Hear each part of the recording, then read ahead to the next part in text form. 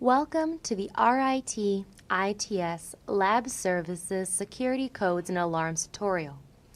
As a lab assistant, you will be responsible for the general appearance, hardware, and security of the lab that you work in. If you are scheduled for permanent opening or closing shifts, you will be given arming or disarming codes that are unique to you. These codes must be picked up in person at the lab services office. They cannot be given via instant messenger, telephone, or email. Do not share these codes with anyone, even if the individual works for lab services. It is best if you quickly memorize your code and destroy the paper that it was given to you on. You will not be fired for losing this code, but you must notify the office immediately if you've lost it.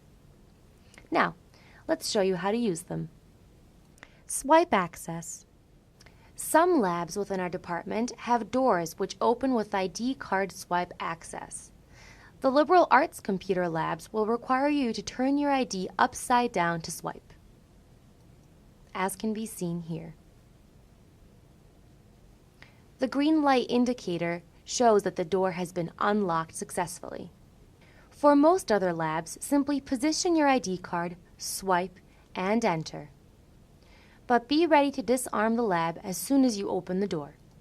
You have less than 1 minute to do so before public safety is notified of an intrusion. Lab services is fined for every false alarm that we cause. Therefore, it is important that you arm and disarm codes quickly. Make sure to keep your code unique to you.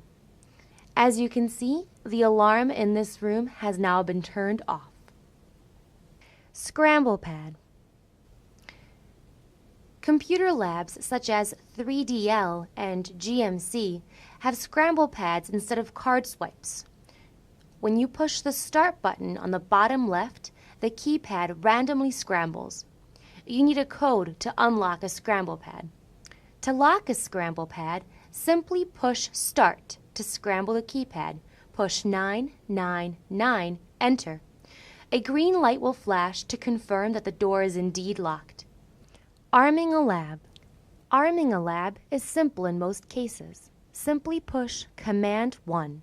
Make sure all lights are turned off and exit before the motion sensor alarm turns on. Always verify that the door is securely locked behind you when you leave. If you have an opening shift and the alarm wasn't set the night before, inform the office as soon as you log on to Instant Messenger. It is also required that you notify the office as soon as you have opened a lab and right before you close a lab via phone call or Instant Messenger. Barshell and Whitmire labs have a different alarm panel where one requires a code to arm the lab for the night. Here, you enter your code and push the asterisk. A red light will blink, indicating the alarm has been set. You have less than a minute to turn off the lights, leave the lab, and securely shut the door behind you. In labs with scramble pads, you will have to arm the panel by pushing Command 1 and then lock the door by pushing Start 999, enter.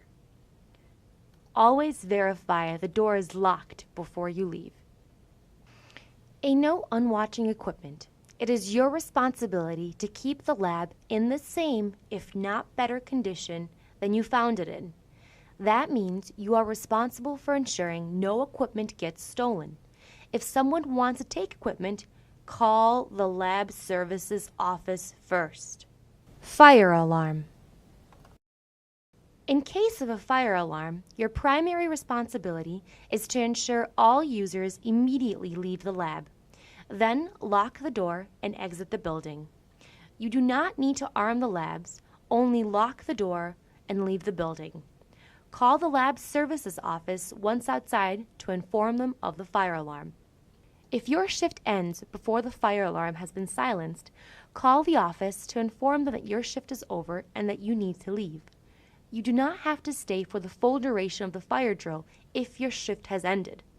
Otherwise, you are required to remain vigilant and to be ready to head back to the lab as soon as the alarm is silenced, unless otherwise directed by a co-op or lab manager. Thank you for watching the RIT ITS Lab Services Security Codes and Alarms tutorial. Please take the quiz on my courses before watching the next video.